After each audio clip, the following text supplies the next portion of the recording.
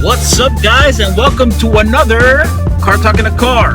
Back in my '07 Toyota Corolla, the fancy LE. Now, in this episode, we're going to talk about technical schools, especially for those that offer automotive repair or automotive service programs. I personally have worked in a few of these schools, good and bad. I did write a blog about it. It's on my Tumblr. And I want to talk a little bit more about the technical school because, man, I've seen so many people get ripped off. And in reality, you can get such a better education for so much less money. Let me tell you what I'm talking about. I used to work for a school called ATI. There's an ATI now. It's completely different from the ATI I used to work for. The school I worked for closed down. And the reason it closed down was because it had very, very shitty practices. And I'm just going to put it very bluntly. They were trying to screw people over into federal grants and nothing else. Okay, they were horrible.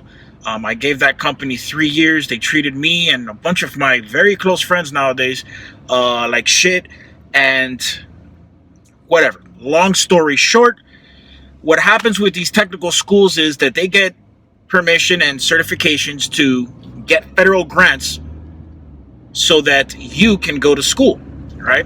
So, of course, they have certain rules. To get a federal grant, you have several rules. You got to apply and all these things. So the school knew this. So what it would do is it would recruit people and tell them, yeah, we're going to give you the best education and we're going to place you in the best job. Just, sign here on the dotted line. And then you would be spending, the course itself would cost $24,000. Okay, but after the interest and everything and the federal grant and everything, you ended up paying almost $45,000 for a course. And the truth of the matter was that in the course would teach you shit because they would supply the teachers with the incorrect or the amount of things you need to teach a class properly. They would overpopulate the class because in reality, they were just trying to make a buck. So you would have 40 students in a classroom. Imagine 40 students around one car trying to learn something under the hood of one car. It just doesn't make much sense. So you have to stay away from these types of technical schools. They're shit. They really are. They're just there to get your money. And then at the end of it, they promise they will place you.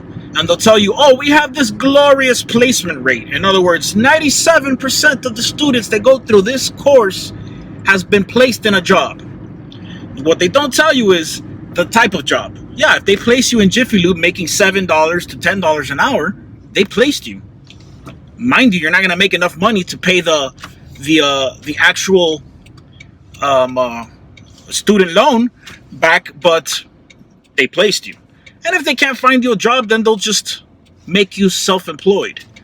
So you got to be careful out there. Now, there are technical schools out there that care for you, that want you to learn everything correctly, and most importantly, want to get you certified. If you go to a technical school and they're promising you the world and they don't mention ASC certifications, and I mean ASC certification, no other type of bogus certification, ASC. The reason I say ASC is because they're the standard. Like, that's who people respect. Any other ones they might respect, but they don't take them too serious. ASC is taken very serious in this industry, and you should take it into strong consideration into getting them if you plan on going into this industry. And if a technical school doesn't even try to get you certified, they're trying to rip you off. It's that simple. There are plenty of schools out there that want to get you certified, and they teach you correctly, make sure that they have the good equipment to teach you. And most importantly, make sure that the class sizes are small. This is a type of industry where it's very hands-on. So you can't be sitting in a classroom with 35, 40 people and expect to learn at the same rate as somebody in a classroom with 10 to 12. Okay, there's a lot of hands-on stuff that the instructor themselves have to be on top to show you. And it's impossible when you have that many students. So these are good questions to ask. What's your class sizes? Do you help me get certified? Do you help me get placed? And do they place you at the end when you get your education or before? That's important.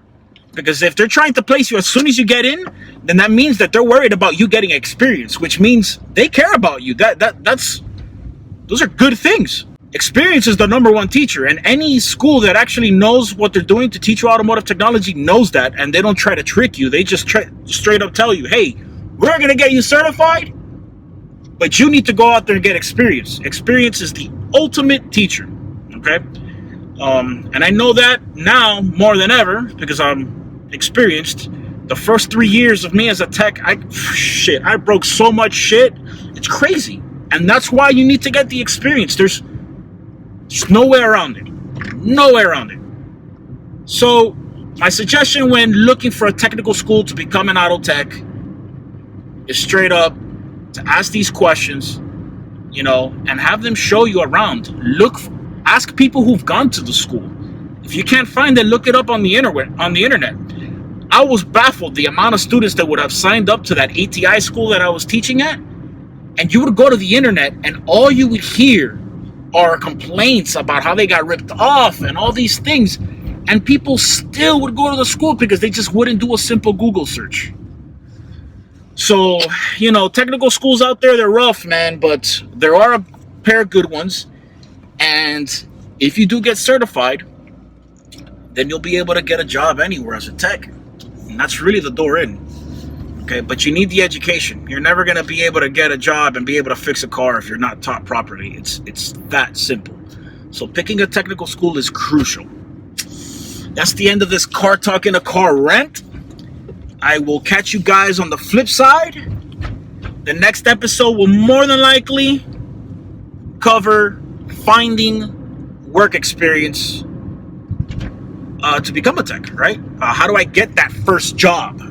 That's what it'll probably be about. So, hit you up then. Talk soon.